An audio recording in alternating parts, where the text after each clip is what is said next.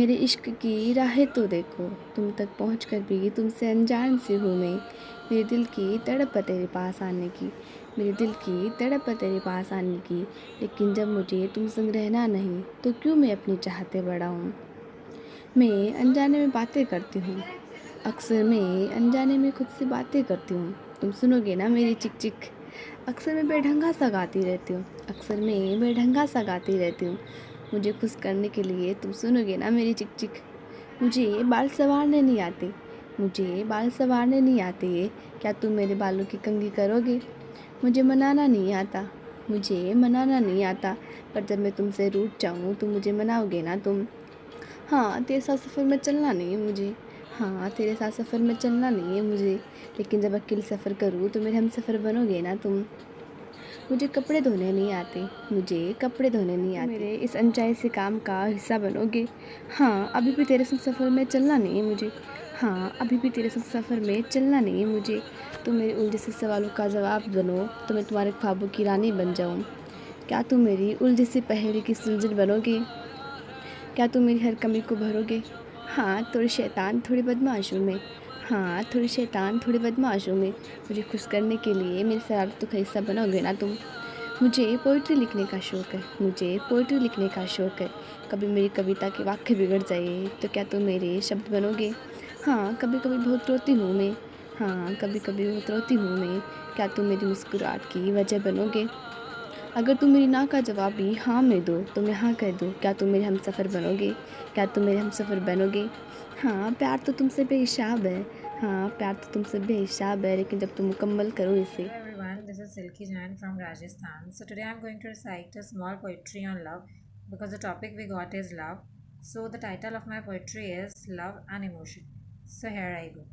Love is not a compassion, it's an intense feeling of deep affection, not an infatuation without any condition, just a pure emotion. Beyond every bond and restriction, just heart to heart connection, free from every foundation, pious feeling, no expectations. It flows like a river, itself finds its destination, moving in its direction and flows in its motion. Not an attachment or attraction, it's a meeting of two souls, a beautiful relation. It doesn't need daily long conversation. Eyes are better enough to express heart situation. It makes us know so many signs of hello everyone, मैं बीनाशा आज आपके सामने एक कहानी पेश कर रही हूँ। उसका शीर्षक है इजहार मोहब्बत। तो आज मैं आपको रोहन और रिया की कहानी सुना रही हूँ। उम्मीद है आपको पसंद आएगी। रोहन और रिया बचपन के दोस्त, एक दूसरे के साथ पले बड़े हुए। धीरे धीरे उनका जीवन आगे बढ़ता रहा। कॉलेज कॉलेज में गए दोनों भी, और दोनों की ऐसी दोस्ती थी कि एक दूसरे के बगैर बिल्कुल भी नहीं चलता था। कहीं जाना है तो साथ, पढ़ना है तो साथ, शॉपिंग करनी है तो साथ। उनके परिवार वाले भी जानते थे कि उनकी दोस्ती कितनी गहरी थी, और इसीलिए कभी कोई उन्हें कुछ नहीं कहता था। दोनों ने एक दूसरे से अपने चाहत का इजहार कभी किया नहीं था, पर सभी जानते थे कि रिया की आंखों में रोहन के लिए प्यार था, और रोहन की बातों में बस रिया का ही जिक्र था। रोहन ने सोचा था कि जब वो कुछ बन जाएगा तभी वो रिया से अपने प्यार का इजहार करेगा, और इसीलिए वो सही मौके का इंतज़ार कर रहा था। जैसे ही उन दोनों की पढ़ाई खत्म हुई, रोहन ने एक जगह पे इंटरव्यू के लिए अप्लाई कर दिया, और उसके मनपसंद जगह पे इंटरव्यू के लिए कॉल भी आ गया। पर उसने रिया को ये बात बताई नहीं, क्योंकि वो उसे सरप्राइज़ देना चाहता था। पर उसको इंटरव्यू के लिए 2 दिन के लिए बाहर जाना पड़ा, और इसीलिए उसने रिया को कुछ बहाना दे के बोला कि अब मुझे कहीं जाना है। लेकिन रिया तो नाराज़ हो गई, क्योंकि उसको तो आदत नहीं थी उसके बगैर एक पल भी रहने की, और इसीलिए उसने उसे मना कर दिया कि तुम मत जाओ, या तो फिर मैं भी चलती हूँ। पर रोहन ने उसे बोला कि नहीं, ये नहीं हो सकता, मैं अकेला ही जाऊँगा, और तुम्हें रुकना है 2 दिन के लिए। तो रिया उससे बहुत नाराज़ हो गई और उससे बात भी नहीं की। रोहन ने सोचा इसकी नाराज़गी तो बस कुछ पल की है, जैसे मैं वापस लौट आऊँगा तो इसको मना लूँगा। ऐसे करके वो भी चला गया। जैसे वो इंटरव्यू देने गया तो उसका इंटरव्यू बहुत अच्छा हुआ, और उन लोगों ने उसे बोला कि अभी आपको एक ट्रेनिंग देनी है और उसके लिए आपको 8 दिन यहाँ रहना पड़ेगा। फिर रोहन ने सोचा कि अब मुझे ये अच्छा मौका मिला है, मेरी मनपसंद नौकरी है, तो मुझे यहाँ रुकना ही है। तो ठीक है, मैं 8 दिन और रुक लेता हूँ। उसने तुरंत ही ये खुशखबरी रिया को सुनाने के लिए उससे फ़ोन किया, बट वो चूँकि उससे नाराज़ थी, उसने फ़ोन ही नहीं उठाया। फिर उसने सोचा ठीक है जाने दो, बाद में देखा जाएगा। और यहाँ पे रिया 2 दिन होने के बाद भी जब रोहन आया नहीं तो इतनी नाराज़ हो गई, और फिर वो गुस्से से लाल पीला हो गई और उसने अपनी मम्मी से कहा अभी तो बस हो गया, अभी मैं जा रही हूँ मासी के घर और अभी मुझे बुलाना मत जब तक मैं ना आऊँ। उसकी मम्मी भी उसका गुस्सा जा प्यार में प्यार से प्यार कर ना सका, दर्द सहता रहा प्यार दे ना सका। उसकी उम्मीद उसका भरोसा लिए, उसकी उम्मीद उसका भरोसा लिए, साथ जी ना सका साथ मर ना सका। प्यार एक तरफा था प्यार कर ना सका। वो तो मेरे लिए जून की छाँव थी, जैसे बहती नदी में वो एक नाव थी। था तलाश उसे भी किनारे का एक, मैं किनारा कभी उसका बन ना सका। प्यार एक तरफा था प्यार कर ना सका, प्यार एक तरफा था प्यार कर ना सका। मेरी चाहत तो ठंड में कंबल सी थी, प्यार ऐसा था जैसे खिली धूप थी। मेरी चाहत तो ठंड में कंबल सी थी, प्यार ऐसा था जैसे खिली धूप थी। उसकी इज्जत की तो मुझसे पूछो नहीं, बस भरोसा ये उसको दिला ना सका। प्यार एक तरफा था प्यार पा ना सका। मेरी पूजा थी वो प्रार्थना भी थी वो, शायद मेरे लिए यातना ही थी वो। और ऐसे में तो जिंदगी नर्क थी, बस यही दर्द उसको बता ना सका। प्यार एक तरफा था प्यार पा ना सका, प्यार एक तरफा था प्यार पा ना सका। आज उसकी यादें कलम बन गई, आज उसकी यादें कलम बन गई। पट पर वो मेरे इंक सी छा गई, रूप की मल्लिका को खबर तक नहीं। गीत लिखता रहा गीत गा ना सका, प्यार एक तरफा था प्यार पा ना सका। बहुत बहुत धन्यवाद। नमस्कार, मैं अमृता पांडे आप सभी के समक्ष आकाश चौरसिया जी की लिखी हुई कुछ पंक्तियाँ लेकर आई हूँ, जिसके बोल हैं कह नहीं सकता। आइए आनंद उठाते हैं इस कविता का। इस पंक्ति को ध्यान से सुनिएगा। ज़रा एक बार नज़रें झुकाओ, मुझे इन नज़रों से डर लगता है। ज़रा एक बार नज़रें झुकाओ, मुझे इन नज़रों से डर लगता है। ज़रा करीब तो आओ मेरे, मुझे तो अपना सा लगता है। ज़रा एक बार नज़रें झुकाओ, मुझे इन नज़रों से डर लगता है। ज़रा करीब तो आओ मेरे, मुझे तो अपना सा लगता है। दिल तुझे देख शोर करे ज़ोर से, कहीं से भी आए तू गुज़रे मेरे पास से।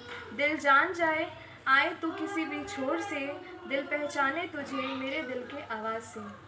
अब आप इस पंक्ति को बहुत ध्यान से सुनना, क्योंकि इसमें अगाध प्रेम है और एक प्रेमी अपनी प्रेमिका को किस तरह शब्दों में व्यक्त करता है वो यहाँ पर आपको दिखाई देगा। तेरी नज़रों से घायल हूँ, तेरी अदाओं का कायल हूँ। तेरी नज़रों से घायल हूँ, तेरी अदाओं का कायल हूँ।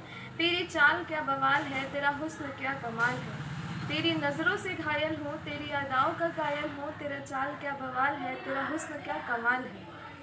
क्या मोहब्बत एक तरफा है फ़िलहाल, क्या मोहब्बत एक तरफा है फ़िलहाल। कभी तू भी पूछ ना मेरे हाल।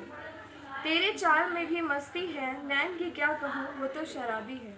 नींदें उड़ा दे तू जब तू हंसती है, वो गोरे गोरे तेरे गाल गुलाबी है। तुझे जानकर भी अनजान सा हूँ मैं, तुझे जानकर भी अनजान सा हूँ मैं। तेरी एक मुस्कान दिल में जान भरती है, लेकिन तुझसे दूर मैं बेजान सा हूँ। लेकिन तुझसे दूर मैं बेजान सा हूँ। हुस्न के बार से ही तू बेजान करती है। अब इस पंक्ति को आप ध्यान से सुनिएगा जो मैं आपको सुनाने वाली हूँ। इसमें एक प्रेमी जो अगाध प्रेम करता है अपनी प्रेमिका से, उसकी वजह से, उसके कारण उसके जीवन में कुछ भी उतार चढ़ाव आते हैं, कोई भी दुख परेशानी आती है, तो वो चाहता है कि मैं दूर रहूं, उससे कोई भी, उसकी वजह से कोई भी दुख परेशानी ना आए। जो अगाध प्रेम करता है उसके लिए पंक्तियाँ हैं, आइए आनंद उठाते हैं। मैं तुझसे दूर रहता हूँ, खोना नहीं चाहता तुझे। मैं तुझसे दूर रहता हूँ, खोना नहीं चाहता तुझे। सो आज मैं कहता हूँ, बहुत चाहता हूँ तुझे। एक बार फिर से इसको दोहराएंगे। तुझसे दूर रहता हूँ, खोना नहीं चाहता तुझे। मैं तुझसे दूर रहता हूँ, खोना नहीं चाहता तुझे। सो आज मैं कहता हूँ, बहुत चाहता हूँ तुझे। सो आज मैं कहता हूँ, बहुत चाहता हूँ तुझे। बहुत बहुत Hello everyone, this is Nilanjana Sarkar, founder of the Petition publication, and today here I am here to recite a poem written by me. So let's start. Yeah. So you know that feeling, right? Do you? Yeah.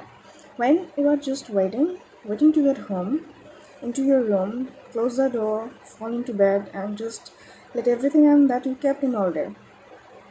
That feeling of both relief and depression. Nothing is wrong and nothing is right either. And you are tired of everything, tired of nothing, and you just want someone to be there and tell you it's okay. Yeah, it's okay, but no one's going to be there. And you have to be strong. You have to be strong enough for yourself, because no one can fix you, but you are tired of waiting, tired of having to be the one of fixing yourself and everyone else, tired of being strong, and for once you just want to be easy, to be simple, to be helped and to be saved. But you won't be. And you were still hoping, and you were still wishing, and you were still saying, strong and fighting. With tears in your eyes, you are fighting. So, yeah, this is the feeling. So, thank you everyone for hearing me out. Hello everyone. So, I'm Payal Chaudhary here from Belpahar, Odisha, and I'm going to present my poem on the theme love. And the title of my poem is Love, a Beautiful Lie. So, here it is. Can we really define love? Some say it's all a verb. Some say it's feel is enough. Some say it's really tough. Can we really define love? Some say marriage is the destination. Some are deeply attached in its emotion. But you know what? Often it's compared with the term satisfaction. While love has its demands, if so, then is it really love? Why can't we witness it forever? Why it keeps fluctuating like things here and there? People praise, people admire. Actually, people follow the attire. Does really love has to face and has to notice the atmosphere? I thought love has a strength to support even if the whole universe is against the entire. Love, it's just a trap. Even one who confesses often forgets the promises, says has to face lots of trouble, and blames love with accusations. Does really life without love exist? If so, then what is its meaning? It's simply a business deal just to show off without any actual feel. People say they have failed in love. I don't know why the word success and failure is considered in love. If love is judged in terms of words only, then I'm sorry that for you, love is just a beautiful line. कहाँ वो कहाँ हम, कहाँ वो कहाँ हम, ना कोई जरिया थी ना कोई ठिकाना था, बस कुछ चाहते थी और चाहत उसके भी पास था। अरे हाँ, वो महज एक इत्तेफाक था, किसी की ज़रूरत ना थी फिर भी वो मेरे पास था, किसी की ज़रूरत ना थी फिर भी वो मेरे पास था। कभी किस्मत को माना भी नहीं, कम बखत तब वो भी मेरे साथ था। हो सकता है वो भी एक इत्तेफाक था। लफ्ज़ कहीं गुम से थे, लफ्ज़ कहीं गुम से थे, पर धड़कनों में आवाज़ थी। चारों ओर अंधेरा था, अंधेरों में वो चिराग था। चारों ओर अंधेरा था, अंधेरों में वो चिराग था। शायद ये भी एक इत्तेफाक था। चलो जाने भी दो, चलो जाने भी दो वो बातें अब, बस सिर्फ कुछ याद हैं। फिसल गए कुछ पल जो कैद में मेरे पास था, फिसल गए कुछ पल जो कैद में मेरे पास था। हाँ, हो सकता है ये भी एक इत्तेफाक था। सभी को मेरी तरफ से सलाम वालेकुम, सत श्री अकाल, नमस्ते। मैं अनमोल पंजाब से बिलोंग करती हूँ। 12वीं कक्षा की छात्रा हूँ। एज अ पैशन राइटर हूँ। काफ़ी एंथोलॉजी में भी काम कर चुकी हूँ और कर रही हूँ। एक टॉपिक मिला है हमें मोहब्बत, तो उसके ऊपर अपनी कलम से कुछ आपको सुनाने जा रही हूँ। तुमसे बेहद प्यार है, जताना ज़रूरी है क्या? तुम ज़रूरी हो, ये बताना ज़रूरी है क्या? तेरे साथ ज़िंदगी के हर मौसम बिताना चाहती हूँ, तुम्हें मनाना ज़रूरी है क्या? तुम्हारे साथ हर लम्हे बिताना चाहती हूँ, तुम्हें एहसास दिलाना ज़रूरी है क्या? तुमसे, हाँ तुमसे मेरी जान बेहद प्यार है, तुम्हें बताना ज़रूरी है क्या? तुम्हें बोल कर बताना ज़रूरी है क्या? शुक्रिया। मैं आकाश राघव उत्तर प्रदेश बुलंदशहर से आपके सामने लेकर आया हूँ अपनी एक छोटी सी रचना जिसका शीर्षक है अमर तिरंगा। अमर तिरंगा लहरे हर पल, ममता मई माया से पूरे, आन तिरंगे की खातिर निज जान शहीदी रखते हैं। आज़ाद हिंद को रखने वाले देश की सेवा में आतुर जो देश वतन पर मिटकर भी हर ज्ञान शहीदी रखते हैं, और जलते जलते वो बुझ जाते दीपक की बाती के जैसे, अंत समय तक लड़कर भी वो मान शहीदी रखते हैं। ना भूल सकेंगे कुर्बानी हम अपने भारत के गौरव की, दुश्मन भी थर थर काँप रहा अभिमान शहीदी रखते हैं। और विजय घोष हर दिन है उनसे जो देश के सैनिक कहलाते, अडिग रहे सिरोधार्य मुकुट के स्वाभिमान शहीदी रखते हैं। और दिल में बसता भारत जिनके, प्राणवायु पहचान तिरंगा, अपना शीश कटाकर भी वो बलिदान शहीदी रखते हैं। और अंतिम 4 पंक्तियों के साथ अपनी वाणी को विराम देना चाहूँगा कि वतन सरपरस्ती मेरे खून में है, कि वतन सरपरस्ती मेरे खून में है, रक्त का हर कतरा जुनून में है, और मिटा पाएगा दुश्मन मुझे क्या, मेरा सुकून बस तिरंगे के सुकून में है, मेरा सुकून बस तिरंगे के सुकून में। Hello everyone, I'm Kulisai Chan Reddy. Today we are asked to recite a piece, a story or anything on love. So my piece goes this way. Before reciting a story in a poetic form, I would like to introduce about the power of love. What is the power of love? Can unify the sky and earth, can seize the tsunami and fill the strength, can bring death into act, can soak the heart with pure blood and some thoughts to hunt. It is all about caring for each other. It is all about sharing each other's pains and helping them out, helping them to cure. It is all about togetherness. It is all about foreverness. And the story goes this way. When the world was sleeping, I was peeping out of my window, awaiting her arrival for a talk after a long time. Finally, she reached my house and glanced at me, who was in the first floor.